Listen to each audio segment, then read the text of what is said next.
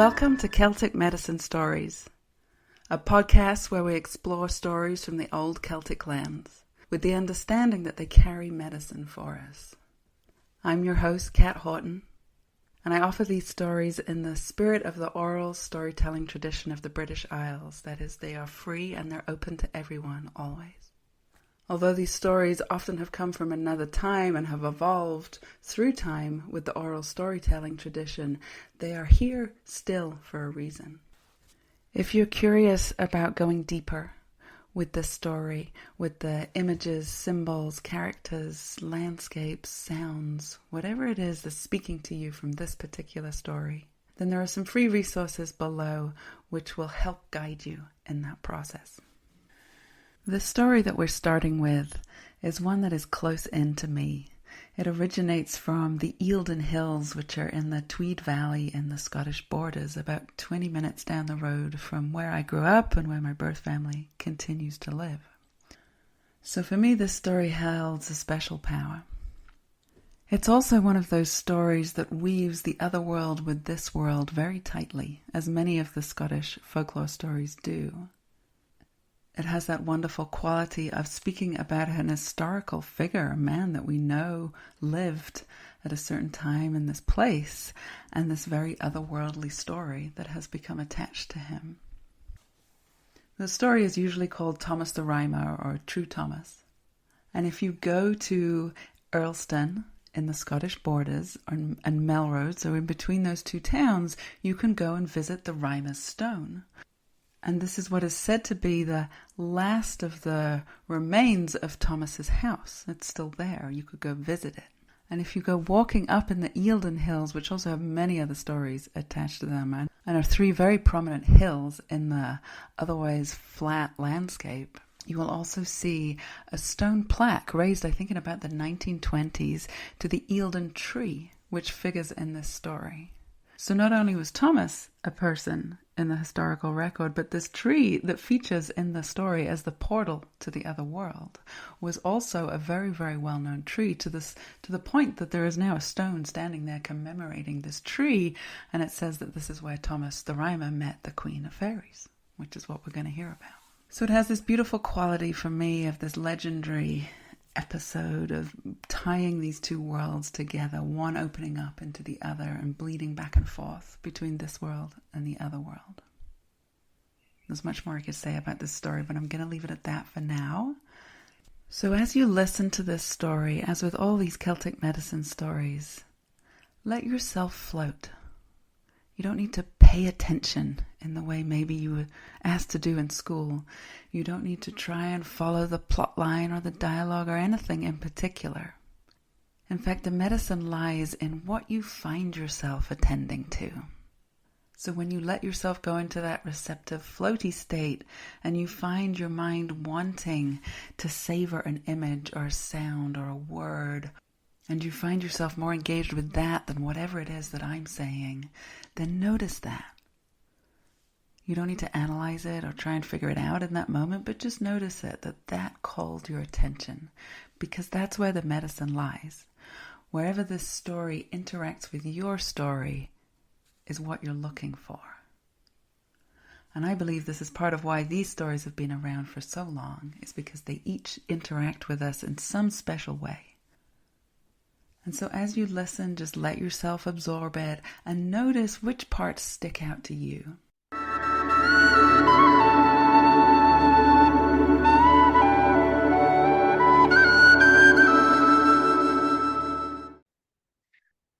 So the Tweed Valley in southern Scotland is known for many things. Beautiful salmon that fly up the river, and the green grass and the moss and the rain and the beautiful trees that twist themselves up the hills. It's not known for hot summer days. But there was a hot summer day once upon a time.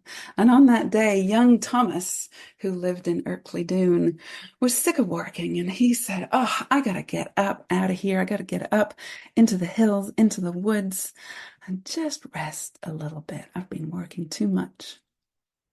And so he was on the way out the house, and he was just about to shut the door behind him when he thought, I'm going to bring my harp. Because you see, Thomas fancied himself as a bit of a wandering minstrel, and he was learning to play all these tunes that had been passed down, and he was trying to get better, making his fingers work faster. So he popped back in the house and he got his harp, and off he went. And he crossed the River Tweed and he headed up and out towards the Eildons and up into the forest. And it was really warm, unusually warm that day. And so he was halfway up the Huntley Burn, which is a creek, a little river that flowed down. When he thought, oh, I gotta rest. I am getting hot. I'm going to rest under this big, beautiful tree. And he looked up, and this tree had these huge branches dripping in moss and provided the most wonderful shade. And underneath was soft and cool. And so he sat down at the base of the tree and he leant his spine up against its trunk. Ah, he put his harp down beside him and he let his eyes close. And he heard the trickling of the burn, which pulled his consciousness in that direction. He heard the birds singing over here that pulled his consciousness in that direction. Heard a little breeze rustling way at the top of the tree. And he felt the coolness of the earth on his legs. Oh, and he just was lulling himself into this state of open, sweet serenity. He heard the tiniest tinkling of little bells.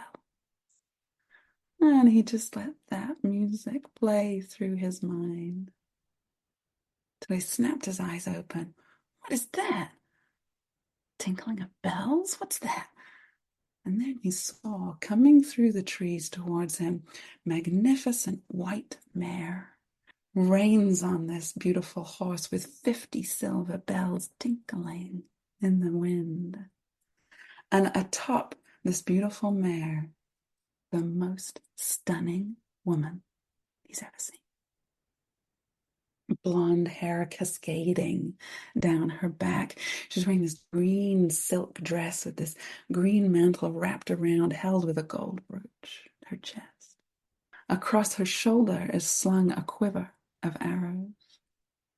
Strapped onto her saddle at the back, a bow. And coming up behind her, 7 hunting dogs. Thomas is completely astounded by how amazing this woman is. Her skin is milk white with a few little freckles. And she turns to look at him, these black coal eyes. He scrambles to his feet, just get his hat to doff his cap, realizes he doesn't have his hat on, it's too hot. And he gets down back on his knees. He's not sure what to do. And he says, "My lady, you must be the Queen of Heaven." And she looks at him. "Thomas, the Queen of Heaven I am not. I am the Queen of Elfheim." Thomas, gathering himself, stands up, offers him his hand. "Well, my queen, please let me help you alight from your horse and sit with me under the shade of this tree." And she did. She took his hand and she jumped off the horse with one quick swoosh of her leg. And she sat down with him under the tree. Thomas is like, "Now what? What do I do now? She's sitting with me. Oh my God, I can't believe it. She's sitting with me." So he grabs his harp and he says, "My lady, I'd love to play you a tune." And she nods. And so off he goes, his fingers strumming that string faster than he's ever been able to manage in his life. So nimble and quick, and he's singing and it's all coming out perfectly. He's like, yes, yes, this is why I practiced all those hours, so I could sing to the Queen of Elfheim. And he's playing away and he's feeling very proud of himself. And he plays for quite some time, many, many songs. And eventually he stops and he looks at her. And she says, "Thomas, that was beautiful. So beautiful. You're singing and you're playing. Thank you so much. What a beautiful way for me to rest under this tree. And what may I give you in return, Thomas, for this beautiful music you have gifted me?" And Thomas, by this time, he's had plenty of time to think about what he wants in return. And so without missing a beat, he says, "A kiss." Well, Thomas, you do realize that if I were to kiss you, you would then be in my service. Yes, yes, no, I get it. Yes, totally fine. No problem. And Thomas, you do realize that if I were to kiss you, that my beauty would start to fade. Oh, I don't mind. I don't care. I don't care. Yes, please. It doesn't matter. Anything, whatever. It doesn't matter. And so she reached over. She put one hand behind the back of his neck, one hand behind the back of his back, and she pulled him in close and she kissed. And it was one of those kisses. You've had one of these. I know you have. It was one of those kisses where your whole body starts to tingle, where it feels like there's electricity running up and down your whole body, and it's going through your feet and into the earth, and it's coming out your hair, and it's just running. The energy's running up and down your body, and your lips are tingling.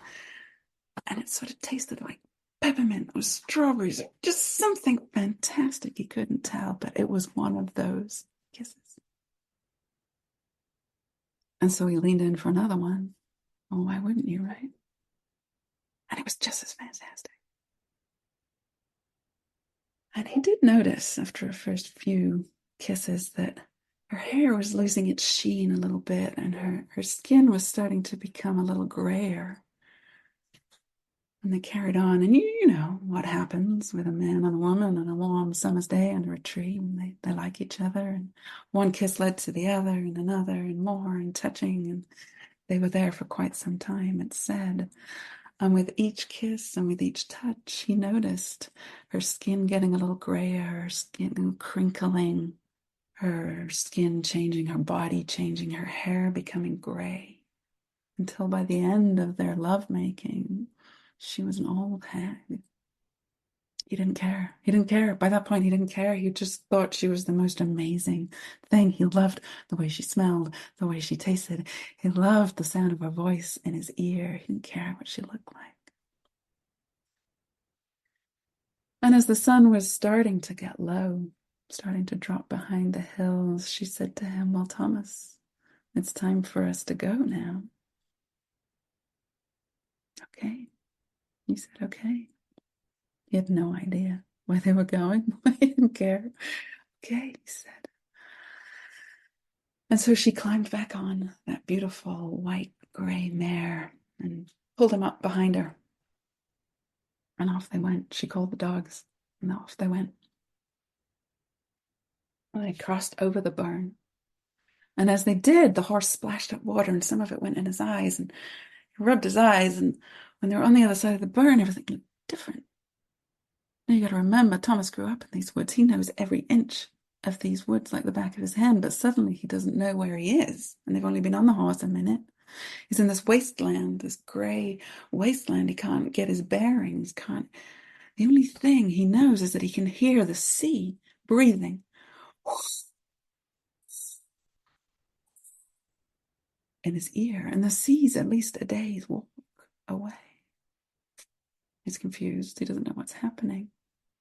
And the horse is moving fast now through this grey wasteland, very featureless, just a bunch of rocks. And they come to another river, and it's red. And she turns to him and she says, "Thomas, this is the river of blood and grief and tears. This is where the blood of our ancestors go, and their grief, their tears go in this river. We must cross it." And the horse went through, plowed through, and he was scared. He didn't know how deep it was, but the horse made it. They swam. The horse was swimming. They're still on his back. And they made it to the other side of this river. She said, "Note this river." And they carried on. And they rode through the dark and the light and the sun and the moon and the stars, and he lost all sense of time, and he didn't know where he was or when he was or really who he was at this point. Till they crested over a hill and started to come down, and now it's different. He sees the lushness, the grass, and they're entering into this beautiful orchard. And as they come down off the mountain into this orchard, he sees that these trees are ripe with apples and plums and pears. And as they're riding past a plum tree, he reaches out to, oh, he just wanted to pluck this beautiful plum. Nope, Don't touch it. Don't touch it, Thomas. You cannot eat anything while you're in this world with me. You cannot eat anything, and you cannot speak to anyone. Do you understand? He let go of the plum, a little bit disappointed. He was getting hungry. And they carried on. She rode through the orchard. And sitting behind her on the horse, he started to notice that her grey hair was turning back to gold. It seemed like her body was changing back and getting firmer and younger again. As they rode towards this castle on the hill, he could see, and as they rode towards it, he saw these grand big gates opening. And she turned to him behind her and she said, "You're going to get off at the gates, and you must never speak to anyone of what happened. In fact, don't speak to anybody about anything. You only speak to me while you're here." And so as they got to the gates, he hopped off and joined the throngs of people that had come to greet the Queen of Elfham coming home as she rode up to the castle to meet with the king. Now, nobody knows what happened for Thomas during that time that he was there. It said he was there for 7 years. We don't really know. Some people say that he was shown 7 rooms, each with a different type of wisdom. We don't know because he didn't speak of it. But we do know that when his time of service was up, that the queen came to him and said, "Thomas, you have served me very well. I'm very proud of you. And it's time for you to go home. And I'm going to take you home. But before we go, I want to give you this gift." And she handed him this shiny red apple. And she said to him, "Thomas, when you eat this apple when you get home, this will give you 2 things. It will give you the gift of prophecy, and it will give you the gift of rhyme." And he looked at her and he said, "Well, my lady, that's very kind. I'm not sure I want the gift of prophecy. Wouldn't that mean that I always have to tell the truth?" And she said, "Yes, you'll tell the truth about what will happen."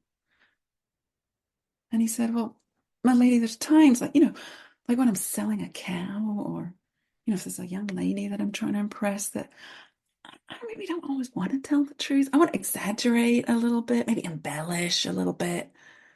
She said, "Thomas, take this apple, and when you get home, eat it. This is going to be of benefit to you. People will come from far and wide to hear what you have to say, and they will bring you many treasures." He said, "Okay." And he put it in his coat pocket and jumped up on the horse behind her. The gates flew open, and they went cantering out, and through the orchard and up the fields and through the meadows and up and over that mountain they went, down into the wastelands and crashing through the river of blood and tears. They kept galloping, and they came through the burn, and the water splashed again. And then Thomas opened his eyes. Oh, he looked around him. There he is. He's under the tree. He's laying under the tree. No, surely that wasn't all a dream. Sure. He turned over on his side to get up. He felt something sticking in his ribs, put his hand in his coat pocket, and there it was. Ow. He didn't know what to make of all of that, so he just got up. There's his harp. He took his harp, and he went walking home. And as he went walking home, trying to figure out what on earth had just happened, he ate the apple. He was hungry. When he got into the town of Ercley-Doon, one of the young lads saw him and went running. "He's back! Thomas is back from the dead! He's back from the dead!" He got roused everyone. Everyone came out to greet him, and they were very happy to see him. And Thomas noticed that, well, he can't have been gone that long, but people had a bit more grays in their temples. And he got back to his house and he realized that the roof needed thatching in some spots. Not too bad, but a little worse. Hadn't been kept for a few years, it looked like. And so we fixed his roof and he swept out his home, and, he just sort of went back to life as normal. A few months passed, maybe the next spring, I think, and there was a town meeting had been called because a bunch of cattle had been dying around Ercledoon. In other villages, they were hearing stories of cattle dying. There seemed to be some disease, and they were very worried and very concerned about their own cows and what to do. So they called a town meeting, went to the town hall. Thomas was there, everyone was there. And people were talking, oh, we should do this, what should we do, what should we do? Lots of panic. And Thomas stood up, and in the very calm, matter-of-fact tone, he said, no cows will die in Ercledoon. There's nothing we need to do. And he left. And he said it so calmly that everyone just said, oh, okay, well, that solves that. And they all just went home. And it turns out he was right. Not a single cow died that year. So people noticed that. And they started to come to him and they started to ask him all sorts of things. If they had a sick animal, they'd ask him, what should I do? Or where should I plant? Where should I plant the corn? And where should I plant the potatoes? And where should I plant this? And what should I do here? And what about my son? He's gone off the rails a bit. What should I do with him? And they came with all sorts of questions. And he just spoke. Oftentimes it came out in a rhyme. They'd have to kind of decipher the rhyme a little bit, but they got it. And they went home and they did what he said. And it worked. And so they'd come back. And stories started to travel around the land of these prophecies that Thomas the Rhymer gave. And so people would come from far and wide, and they'd come and often they'd drop a bag of coins or some treasure on his table, and then they'd ask their question, and he would speak. So this went on for quite a number of years, and he was getting quite famous. So it was getting a little exhausting, people coming every day and like asking questions. So he'd hold these parties and he'd ask people just to come on the nights that he held the parties, and he'd have lots of food and music, and he'd make people welcome, and he'd have a grand old time, and people would bring him gifts, and he'd tell them prophecies. So this would happen fairly frequently. And it was during one of these parties that again, a young lad in the village saw, walking right up the main street, a white doe and a white stag. Never seen such a thing. Just walking right up the middle of the town. They didn't know what on earth it was. And someone said, well, go and ask Thomas. He'll know. So someone ran up to Thomas's house and bust in on the party there and asked Thomas to come and look. You've got the strangest thing. You've got to come and see. He stepped out, and there they were. They were coming closer to his house. He saw them, this white hind and this white hart. He knew that she'd sent them, and he knew it was time. And so he put down his harp, and he went to greet the two deer. They turned, and he followed them into the wood. And that was the last anyone ever saw of him. And so it was, or at least that's how they say it was. Thank you for listening to this episode of Celtic Medicine Stories. If you want to go deeper, check out my Working with Archetypes free email course. There's a link somewhere in these notes. You'll find it. And feel free to visit on my website, kathoughton.com, KATHOUGHTON.com. I'd love to hear from you. Go well.